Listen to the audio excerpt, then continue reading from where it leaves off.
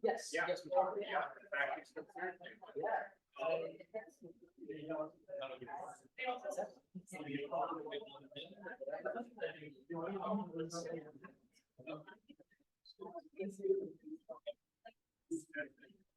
There's a drawing of the class and I'm standing at the rear. Yeah.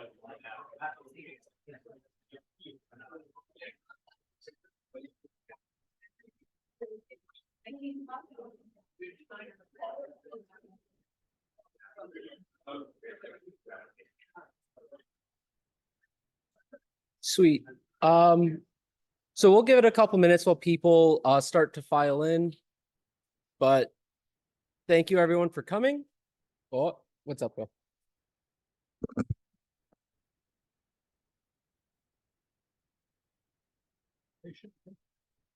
Should I lean forward more?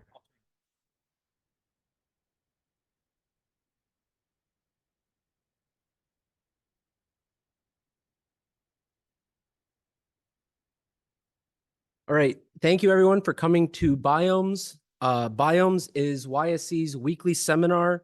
BIOS stands for Bridging Issues and Optimizing Methods in Environmental Studies. This has become YSE's flagship student-led weekly discussion and ideas meeting.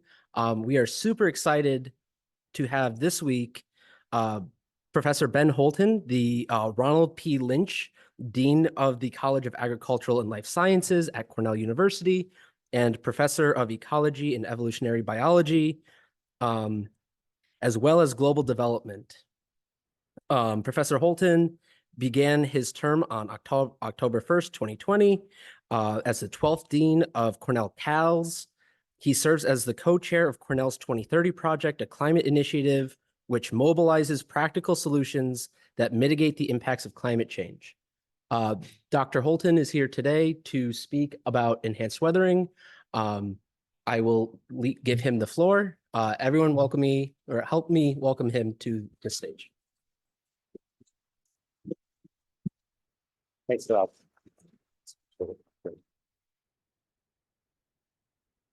Okay, it's terrific to be here. Can everyone hear me okay?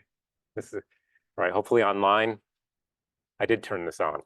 Well, you know, I was expecting a little bit better weather coming from Ithaca, but what can I say? The weather seems to follow me around nowadays. Having lived in California for 15 years, it was quite a state change.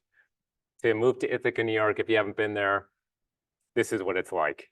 You know, it's great that this seminar brings together, from what I understand, a large collection of individuals, very different disciplines, maybe focused on climate change, focused on the environment, policy, some doing the science underneath biogeochemical cycles.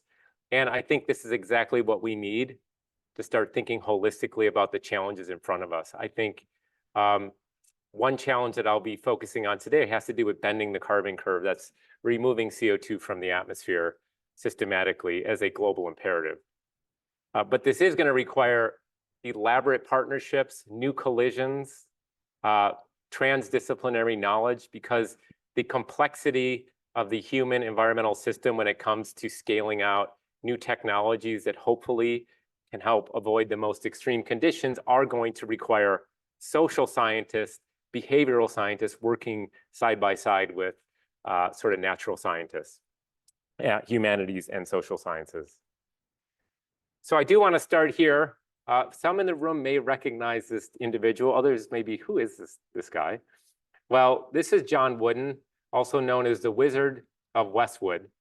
Anyone from UCLA? Okay, you probably know who John Wooden is. John Wooden is still considered by many to be the greatest coach of any sport all time. And in fact, over about a 12-year span in the 60s and 70s, he won 10 NCAA championships, including 7 in a row. But what really draws me to somebody like John Wooden is just his penchant for philosophy. And he had this philosophy that he imparted on all of his players because he wanted them to be effective. He wanted them to be focused in the moment, but capable of making quick decisions. So he would always say to them, be quick, but don't hurry. So, when you first start to think about this, it's like, well, aren't those kind of the same things? And I think the point is they're actually quite different. I think we all know the feeling of being rushed or being in a hurry, something like we're being pulled in directions almost out of our control. We're making quick decisions, sometimes without full information. But it's being quick has something to do with using your talents, being smart with what you're thinking about, and being holistic and thoughtful. And I think this phrase, while it was applied to a basketball team, really applies to the challenge of carbon dioxide removal. Today, we know that the planet is changing in ways that it hasn't changed for quite some time, for maybe 1 million years plus. Moreover, we have never had this massive population on the planet with the infrastructure that we have built around a narrow range of climate envelope conditions, expecting to support humanity moving forward. And it's that collision that gives us a sense of urgency around the challenge of climate. But it is dangerous time right now because there's this great feeling of needing to be in a hurry. And the question is, how can we be quick, but not in a hurry? It's not an easy thing to solve. We also know that looking at the record of change, climate change is accelerating. We are seeing warming grow over time. I think we're all experiencing that in our everyday lives. Back in New York State, where I work with farmers on a frequent basis, I can tell you that they are talking more and more about the extreme weather that they are experiencing day in and day out. This means new pests and pathogens. This means changes to our ecological systems. This means our infrastructure, which was developed for maybe a 1 in 1,000 year event, is no longer adequate to deal with the whiplash events we're seeing between floods and droughts. And this pace of change is growing. So it's something that is now urgent. When I started thinking about climate change 25 years ago and started exploring aspects of how it influenced the planet, a lot of the changes were not that apparent. But today we know that they are here, and this is our future. We also know that one of the most important aspects of the world that we often take for granted is our food supply. Today we had an abundance of pizza, which is great. And so it's easy to think that this is something that will always be there. But we know, based on data, that the food supply of the planet is already being reduced from climate change impacts. This is just one study that was produced by an economist at Cornell, who is co-located with the Dyson School and the College of Agriculture and Life Sciences, showing that if you add up cereal grains on the planet and you look at the loss of cereal grains, you can equate about 1/5 of existing climate change impacts having already reduced cereal grain yields around the world. So that means 20% less food being produced already because of climate change impacts. And these numbers are very likely to grow into the future, although we have to do a lot more innovation, crop breeding, new approaches, regenerative ag, all these things combined to help create more resilient systems. But the impacts of climate change are here, and they are being felt by the food system. We also know that the food system has been heavily involved with the rise in greenhouse gas emissions. So a lot of times we think about carbon dioxide, and that is a very important greenhouse gas, that is the dominant greenhouse gas. But most of the warming on the planet to this time period has actually been driven by methane. And that methane traces back to natural gas production, but it also traces back to ruminant enteric methane that comes from the cow's stomach through these microbes that live in the stomach, these methanogens, methanotrophs, at both, and then they emit through cow burps a significant amount of methane. Also, as we have developed innovative technologies such as fertilizer through the Haber-Bosch process, and that fertilizer has helped us grow yields over time, it has also contributed substantially to nitrous oxide emissions. And in fact, around 5 to 6% of all global nitrous oxide emissions can be traced back to fertilizer applied to land. Moreover, we know that land clearing, the loss of forests, especially now in the Amazon and other areas, are contributing CO2 to the atmosphere. But when you add all this up, including the production of everything that goes into our food system, to the growing of food, to the transport of food, to the changes that are happening around the world, and to food waste, you can see that about a third, that would be 30% of global greenhouse gas emissions on a CO2 equivalence, trace back to our food supply. But this is a very critical issue because these are hard to abate emissions. They're quite diffuse in some cases. They seem intractable, although there is progress being made. And this is just one study that was produced by a former postdoc and research associate of mine, Maya Almaraz, who is now joining Yale. And we brought a team together about 7 or 8 years ago, and we started examining all the technologies through which there was adequate peer-reviewed literature on the efficacy of a given technology in the full food system. That would be from cradle to grave, everything from Haber-Bosch fertilizer production to soil and tree planting to regenerative agriculture and to food waste and food loss measures. And you could see that, yes, the global food system contributes substantially to climate change. And if we don't do anything to arrest the pace of rising greenhouse gas emissions from the food system, that will grow even more into the future. But we also found that existing technologies, if scaled, have tremendous capacity to convert the food system from a positive emitting environment to actually a negative emitting environment. Now, I'd be the first to say that these are all capacity terms. And so we need to look at them, understand that tells us something about what can happen, but it doesn't mean it is happening. But it is important to start thinking of our food system as one of the industries that is most capable of not only getting to net neutral, but getting to negative emissions if scaled around the world. We have existing infrastructure, we have delivery systems.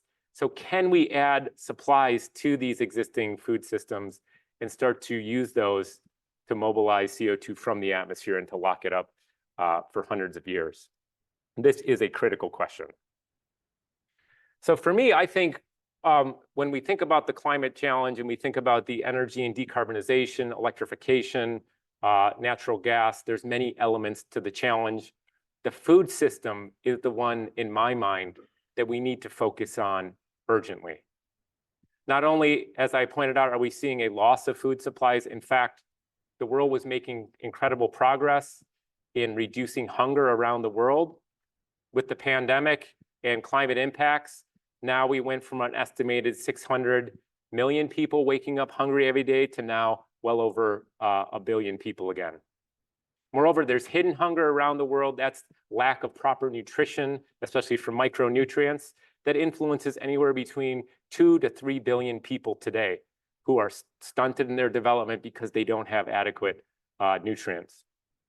And we know that climate impacts are already affecting our capacity to grow food in the future. So the real question is, how are we going to bend the carbon curve effectively while supporting a vibrant, functioning food system that could, in principle, meet the needs of 10 billion people by 2050? This is an incredible challenge. This is something that's going to require science, innovation, policy, startups, social science, humanities, all coming together in convergence if we're going to make progress. I'm going to shift now to thinking about this agricultural food system within the context of carbon dioxide removal. And many of you are familiar with the Paris Climate Agreement. There are different models that have been developed to ascertain where we're at relative to our commitments. when it comes to the Paris Climate Agreement. But one thing I like to point out is we are kind of past the point where we can think of emission reduction alone as a pathway through which we can avoid the most dangerous extreme conditions in the future. And what are those extremes? Those extremes are when the planet goes on autopilot through a series of self-reinforcing feedbacks, such as permafrost soil collapsing, thawing out, and releasing CO2 emissions radically, or methane from high latitude lakes. There are many different feedbacks that exist in the system that will be triggered as we cross into dangerous thresholds. So the idea for the Paris Agreement is, how do we avoid those most extreme conditions within a set of likelihoods, but recognizing that we don't really know exactly where these tipping points are. So the Paris Agreement, in a nutshell, looks something like this, where we have, in this case, focusing on CO2 emissions over time. And then we have this wedge here, which is what's called the internationally determined commitments. So each country coming together saying this is the amount of emissions that we will reduce through various mechanisms moving forward. And if done effectively, it will take a wedge out so that the emissions in a gross sense start to go down to these values. And then we have this black line in between, which is net emissions. So what this study demonstrated is that given the current commitments, and this goes back to 2016, you cannot avoid a 1.5 or 2 degree Celsius threshold without considering negative emission technologies. And these can come in very different forms, but effectively scaling out carbon dioxide removal and negative emission technologies that in this model scenario suggested need to get to about 15 billion tons of CO2 removed each year by the end of the 21st century. That would put us on a path where we start to go from positive emissions to net negative emissions.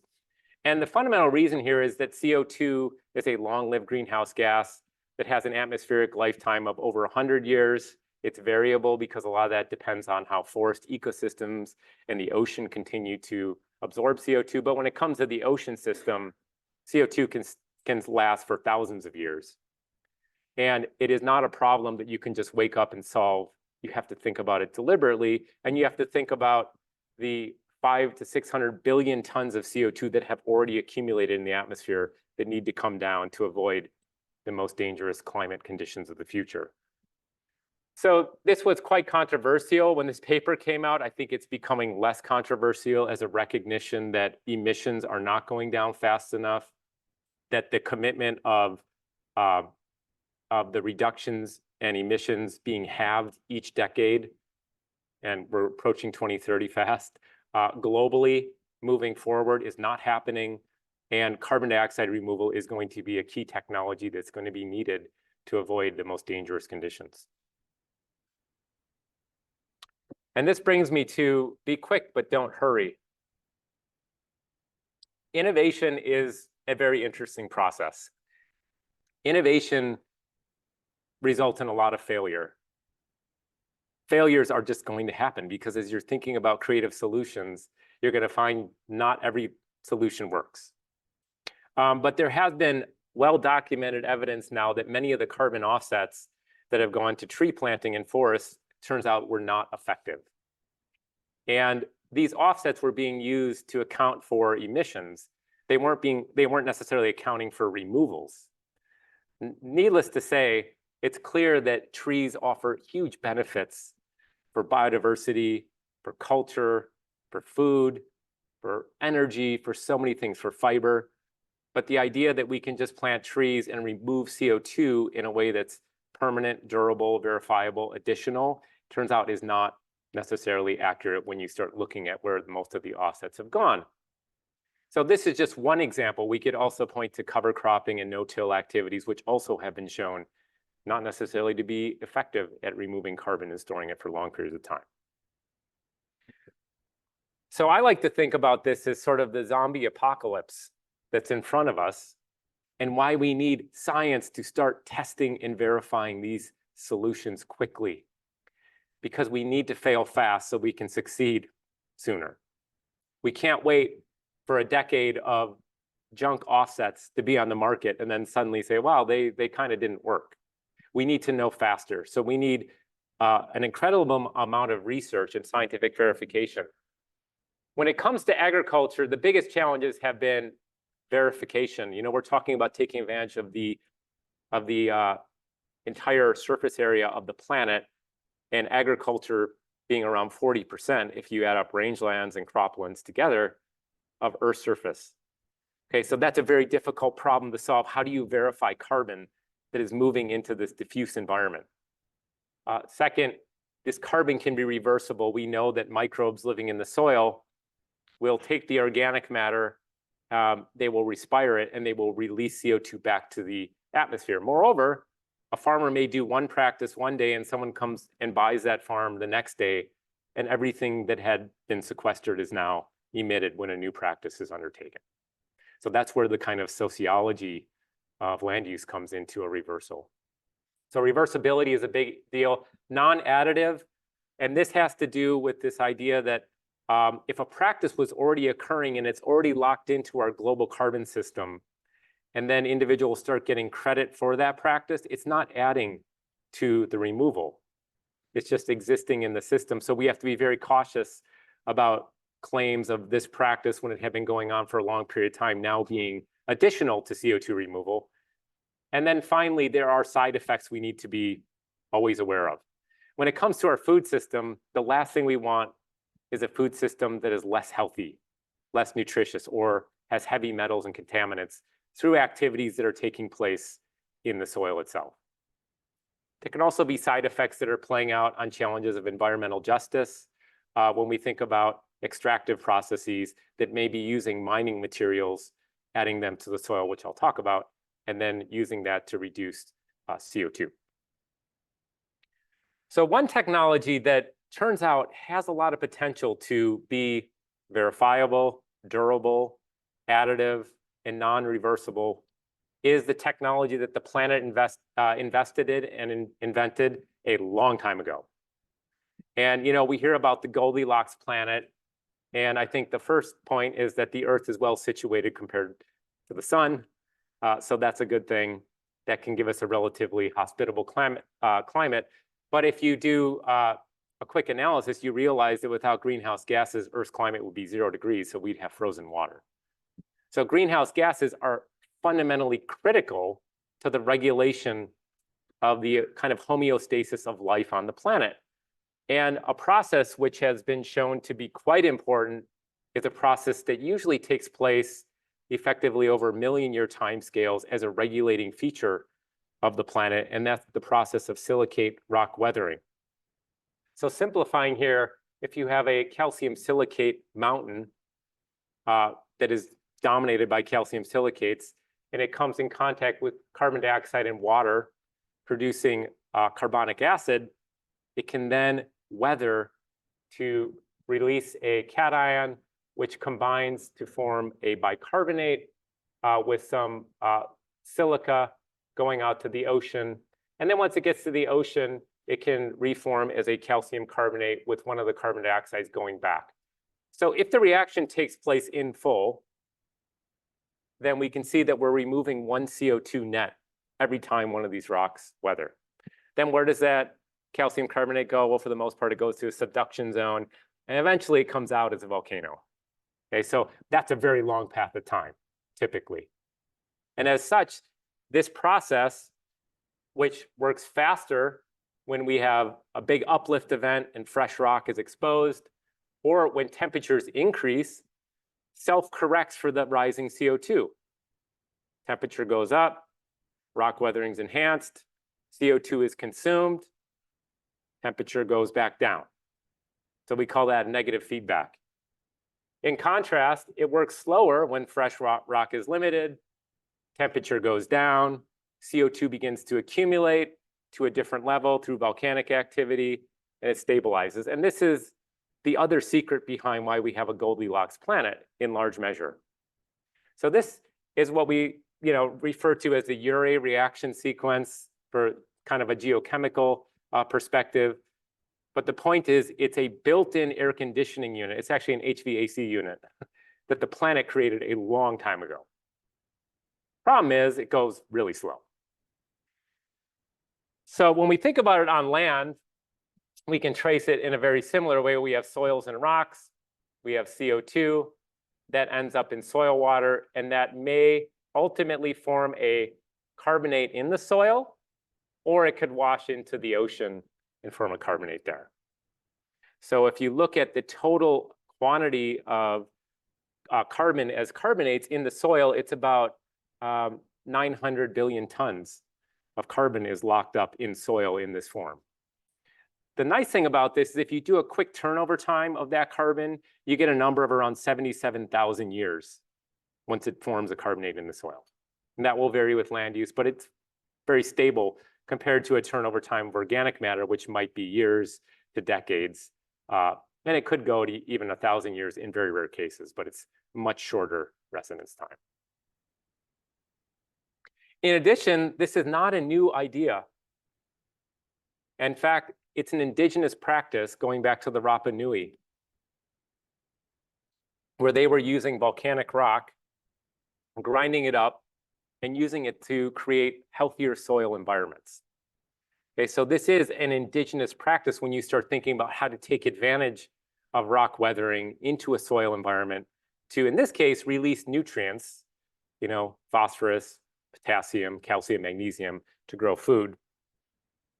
And in the 19th century, we see it start to be formalized into more of a scientific perspective in Europe in this book, Bread from Stones by Hensel, where he argues about the importance of mineral nutrition from rock-derived elements and using ground-up rock to actually support healthy food systems. At this time, Eustace von Liebig was really focused on this law of the minimum you may have heard of, and it was nitrogen and phosphorus and maybe potassium. And what Hensel argued is, yes, those are critical, but guess what? We have calcium, we have magnesium, we have micronutrients, all these other forms of fertility that are fundamentally derived from rocks. And today we have now seen it evolve into a different form. Rather than solely focused on how to produce food and grow food and provide nutrients, it's now being proposed as a carbon dioxide removal technology, one that is capable of maybe scaling to billions of tons of CO2 removal if this technology was applied on all of Earth's croplands, or 75% of Earth's croplands, based on estimates. So for the remainder of my talk here, I'm going to now focus on enhanced weathering as a technology that, again, has roots going back to indigenous practice, had evolved over time, and now is being proposed as one of the most important possible technologies at removing CO2 in agricultural landscapes. The idea is very similar to what we talked about, where you have Earth's Goldilocks. You're just making that process go faster. How do you make the process go faster? Well, instead of having a giant mountain, you crush the mountain up into very tiny bits. Now you have increased the surface area through which these reactions occur, and the kinetics are way faster. Moreover, putting it into the soil, which is also called the excited skin of Earth's surface, in case you're wondering, and where all these microbes are working and with plants and pumping CO2 up to levels that is 10 times out of the atmosphere, can further accelerate the process. So these are the ideas. You take crushed rock, salvaged as a byproduct of mining operations. You start adding it to the soil. You have CO2 that's coming from the atmosphere, ultimately maybe going through plant respiration or microbial decay, combines with water from precipitation or irrigation, and you start to have this reaction occurring. That reaction can initially lead to bicarbonate being stored. That bicarbonate may be precipitated back out as a mineral, like calcium carbonate, or it could make its way out to the ocean. And in this case, you'll lose one of the CO2s that you initially had. But in essence, you're either removing 2 carbon dioxides per unit of reaction or 1 in net through these enhanced weathering processes. Now, the major challenge, I think, that as this idea had started to evolve as a carbon dioxide removal strategy, which dated back to some early studies in the maybe late 90s, early 2000s, and then started to kind of take off as we started to recognize the need for carbon dioxide removal is that there is massive range. And there have been more studies since this was compiled by my student, Iris Houlton, but not a lot of progress has actually been made on getting better numbers yet. And this range here is what happens when you scale up a lab result. You could say, well, look, it looks like we have solved the global carbon problem in 1 year, right? This is one of the challenges of focusing only on labs where you create just the perfect conditions for everything to happen and you get massive numbers. Well, when you start going in the field, first you could see that there had at this point only been 3 field studies that have actually explored rock dust and the way it could remove CO2 from the atmosphere. One of those studies took place at the Hubbard Brook Experimental Forest, which involved the wollastonite addition. It wasn't even intended for CDR removal, but it was counted because you could look at some alkalinity and estimate it. And then there were a number of models that were developed. And then you can add up and you get rid of some of the big values here. And more, overall, we came up with an estimate like, well, maybe there's about a 2 to 3 billion ton potential of this technology if some of these numbers hold and are scaled to Earth's cropland soil. But the range is very significant. And that range not only varies globally, but this is the kind of range we were estimating in a given hectare based on the current studies. Anywhere between 0.2 tons of CO2 removed per hectare, which is not a huge amount, all the way up to maybe 18 tons of CO2 per hectare, which is a fairly significant amount. So I'm going to talk through how we have been approaching some of the scientific uncertainty in enhanced weathering. And I'm going to do this in 3 different ways. As we started evaluating the potential for this technology back in 2016, 2017, we started first thinking about experimental farms, taking advantage of the land grant system at this time in California, and now moving into New York, where we have a lot of experimental farms that are capable of helping scientists understand and explore, crops and soils and irrigation technology. Then I'm going to shift into opportunities through which we can scale out some of these scientific understandings by partnering with large industry who has a major capacity to get to large-scale carbon removal. And then lastly, I just want to talk about a couple of innovations and new markets that we've been exploring, dealing in this case with hemp as a form of agriculture. So this is back in 2017, and we were so excited. It was one of those eureka moments. We got rock dust to a farm, and we started applying it. This is in the Central Valley. And we weren't really sure what would happen because we hadn't done it before. And in fact, there hadn't been very many studies that had tried to do this. So we partnered with the farm, and they put it in the back of their manure spreader. By the way, this is not a small farm. This farm here is 12,000 acres, which in California is kind of not even huge. California has some huge farms. But if you're in the New York, this would be a massive farm. And lo and behold, spread really well. So step 1, we got some rock dust out there. In this case, it wasn't very difficult to do. They had existing equipment, and most farms do have access to manure spreaders of some kind. So that was pretty cool to see. We also then took some drone footage because one of the questions is if a farmer does engage in this practice, will you know they did it? Well, you can actually see these materials from the sky after they're applied. So that's another way that you can further verify that an existing practice is happening. One thing we recognized early on is that measuring approaches for understanding carbon dioxide removal using enhanced weathering are different than those that we had classically used to understand no-till and cover cropping and compost additions and other forms of organic carbon storage. That rather than measuring carbon over time in a control plot and carbon in a plot that was treated in the bulk carbon, you had to actually start looking at the liquid fraction. And it goes back to our initial reactions that as these rocks weather, they initially form bicarbonate when the cations are available, and that could then show evidence of carbon dioxide removal.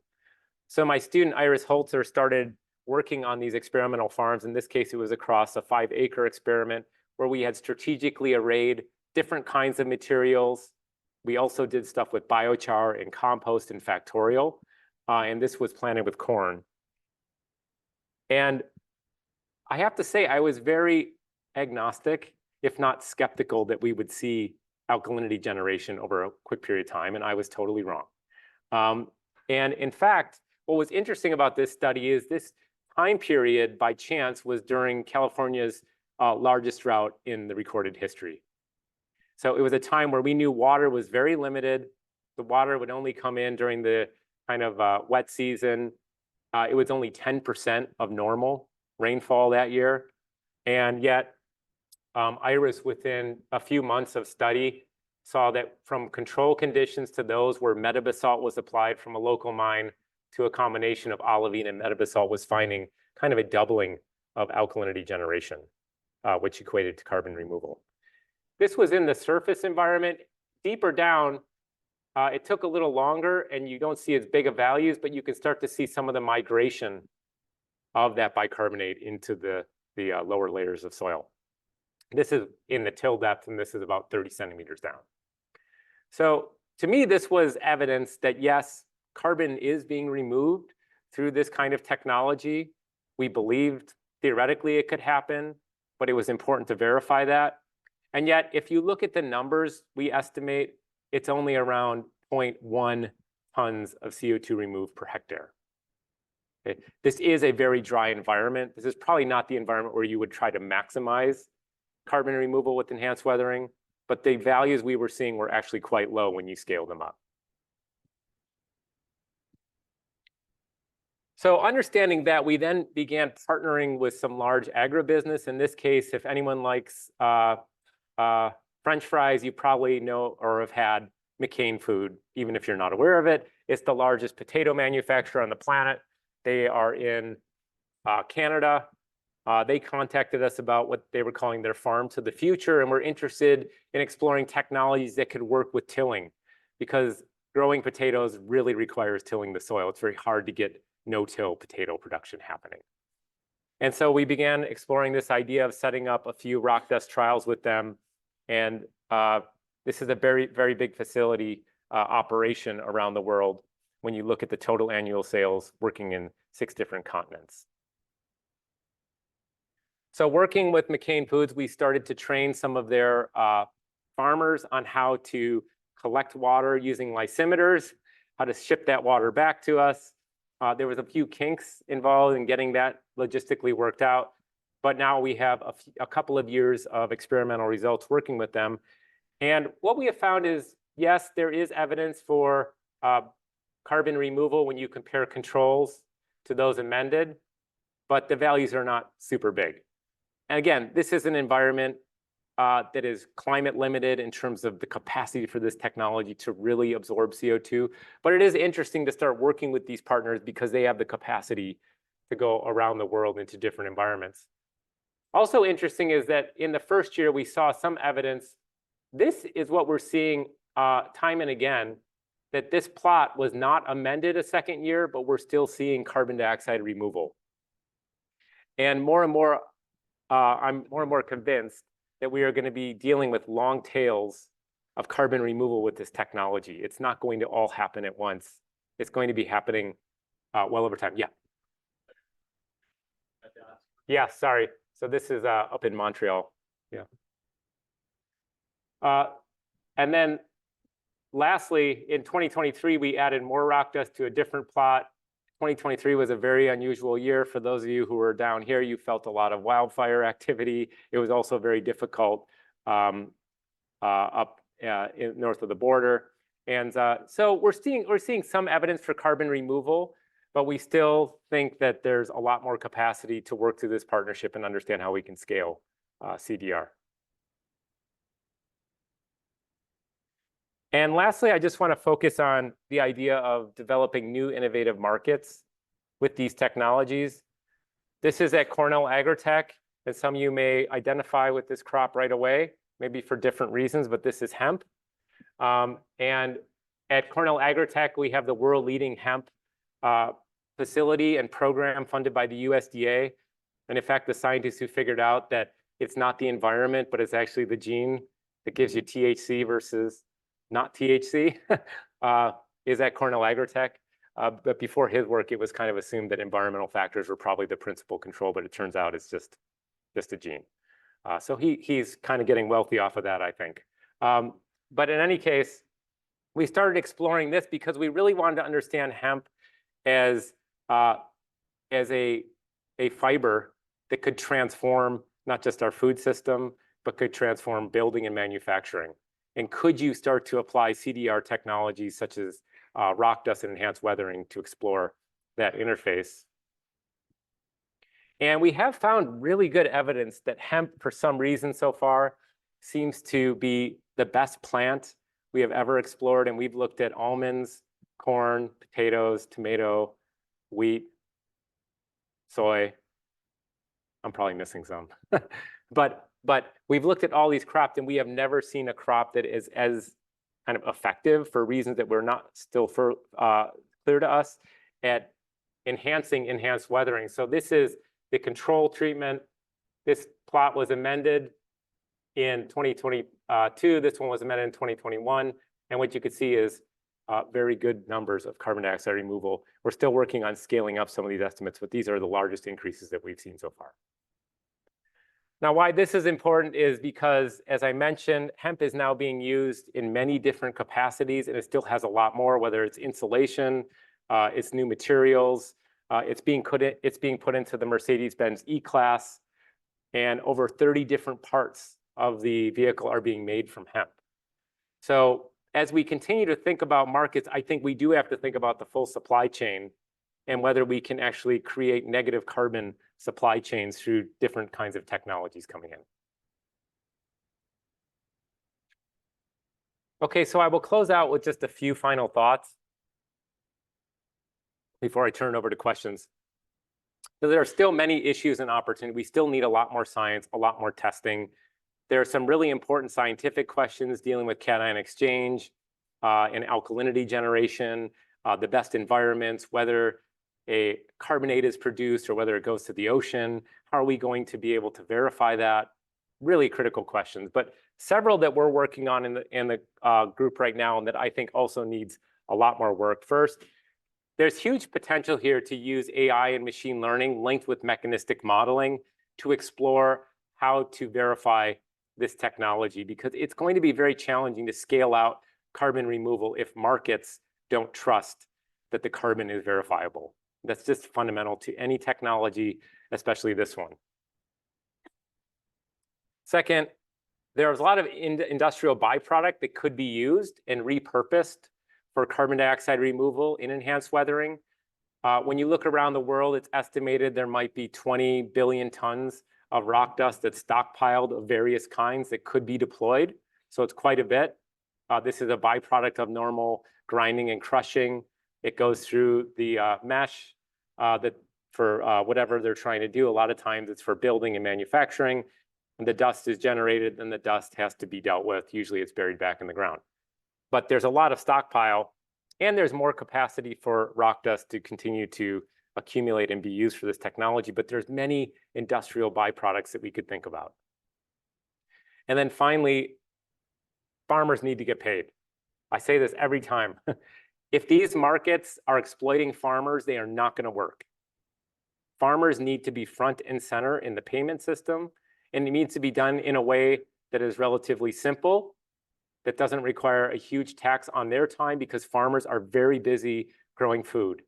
And they have labor costs, they have rising inflation, they have so many challenges they're dealing with. So farmers really need to be front and center in any market that develops around this technology. So for mechanistic modeling, there's been some great work. NOAA's done a lot of this, others, but we still are not where we need to be in terms of understanding how we go from mechanism to parameters to modeling and scaling out this technology. I believe this is where AI and machine learning are going to come into play. We're working on a new AI machine learning model to try to understand how to constrain the parameter space for enhanced weathering. We're combining that with mechanism, but we still need a lot of work in this area. I believe this is probably the single most important factor for unlocking the carbon markets and making sure that we trust the carbon that's being removed. Second, this comes from a study by Berling et al., but others have discussed this.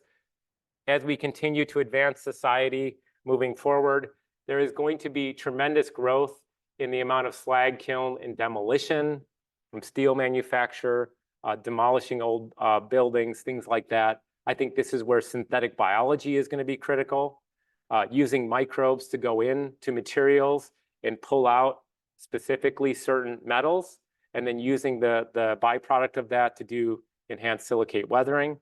But there's so much potential. In fact, this study estimated the total quantity of material that will be available in China, USA, India, and Brazil, and it's really a lot each year that will be generated. We know very little about some of this material, about what other metals or elements might be in this material that we should be concerned about. And when it comes to our food system, you know, there's very stringent requirements, and we need to be careful about the kind of material that we're exploring. However, there's so much material that has not been tested that could be potentially available for carbon dioxide removal. And then finally, farmers need to get paid, and we need farmer-centered platforms through which farmers can engage in a practice, get paid, and continue to realize benefits of the carbon services they're providing society. This is one example. Recently, we received a $60 million grant from the USDA from the Climate Smart Commodities Program. And what's unique about this venture is the college gets only $10 million of that to go out and verify what the farmers are doing. And the remainder of that money, so around 50 million, goes directly to pay the farmers for just engaging in the process. Now, long term, that's not what we need. We don't need for pay systems that if you do a practice, then you get paid. Long term, we're going to need to have verifiable systems and models so that if a farmer engages a practice, they're paid through something that can be verified. But getting farmers paid in this space is so critical for building an alliance of climate smart farming. And there's many reasons that could even be political for us to really think about how to incorporate farmers into the practices where they can get additional benefits and revenue streams. And I think that's it for me. I just want to thank my team who has worked so hard on this. This was one of our original rock dust trials back in the day. That's a mine that we visited one time. And yeah, now I'm just a dean. So I don't get to do much of this anymore. I just look at old pictures and remember. But I do appreciate all the work of my team, because without them, none of this would even be happening. And I'm happy to take any questions and chat.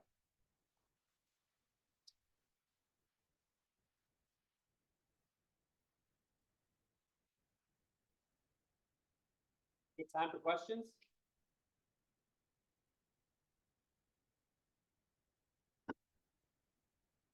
Go ahead. Go ahead, Noah. Data transparency. On data transparency, I would totally agree that is going to be essential from it. What do you think of the flexibility at the USDA level to force data transparency from paid practices? Is this something that you think is flexible, or is it a hopeless cause?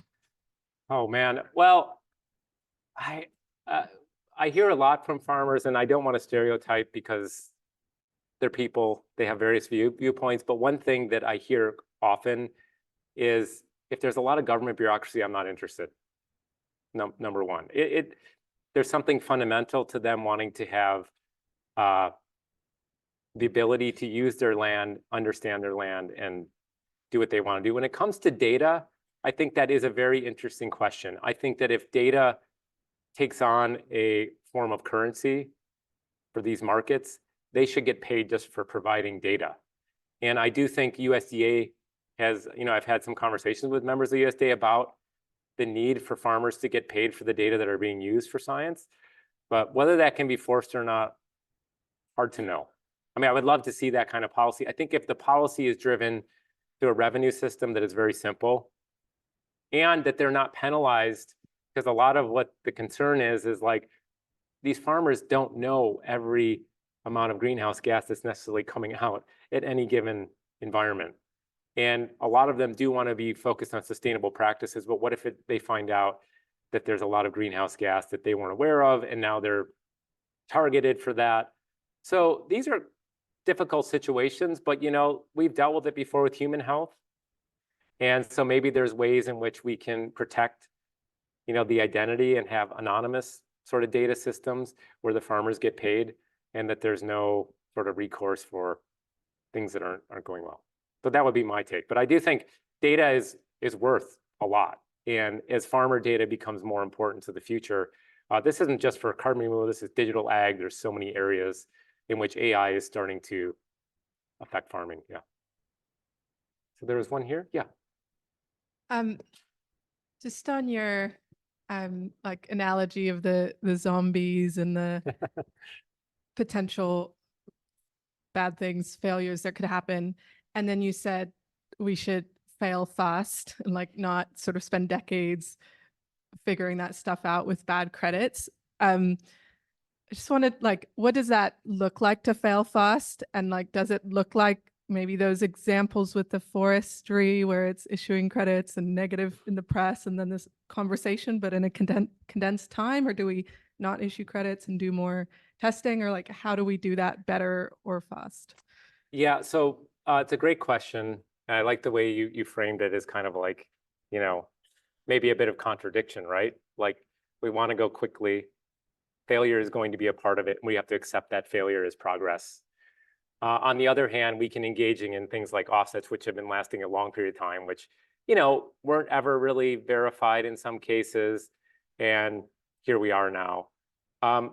My preference is this, that as we continue to develop our science is co-created with the world around us. That means that before you even start your experiment, you're already talking to a farmer about a proposal you want to write. You're talking to an industry that has material.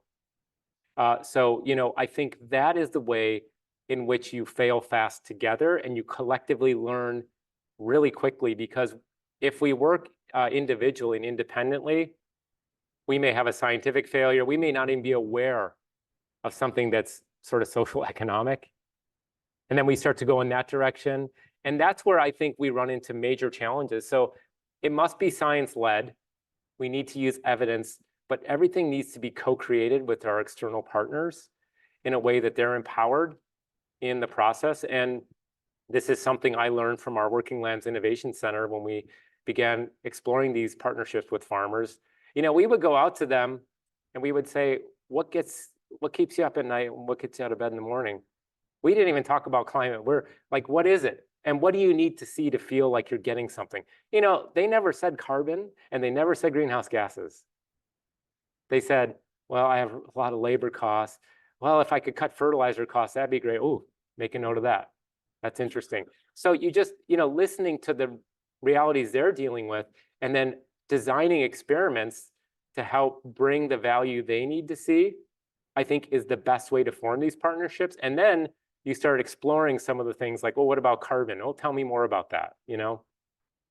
So it's not, what I'm saying is not at all unknown. And this kind of work has happened historically, but we've never done it with the idea of carbon removal. So I think we have to really dedicate ourselves to that model. So that would be my initial response about how we fail fast. We fail fast together rather than a failure occurring way down the line and then we try to catch up to it.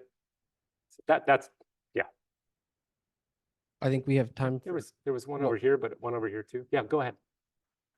Thank you so much for the presentation. I was wondering in these trials with the rock dust, if you track any metrics around the quality of the harvest, like the yield, or maybe it affects the taste, something like that. Great point. So we do look at yield in all of our experiments, and sometimes we see a yield bump of 5 to 8%. With hemp, we saw a larger yield bump. Those yield bumps do provide, you know, okay, fine, there's other ways through which, but if you were to look at the full costing, that yield bump may be useful. You definitely don't want to see yields go down. But in terms of how much it would cost to apply the rock, deliver it and stuff, it ends up not really making a huge impact. We also look at nutritional quality, and that is an area that's kind of interesting. We're looking at micronutrients, especially as micronutrients are diluted from elevated CO2 into our food system, which is happening more and more. This could be another way to think about the quality of the nutrition. So we have been exploring that. But yield in a greenhouse, you can really get it to look great. And then you go out to the real world where this farm has there's a little area that's like kind of dry. There's a little area that's kind of wet in the farm field. And you start to average up these yield benefits. You don't always see them. I think going to degraded soils is where you'll probably see the biggest sort of yield benefit. But yeah, we do measure all those things and we do try to publish on it. Thanks. I think that's it for now. Okay, Thank you, Ben. great. Yeah, thanks, everybody.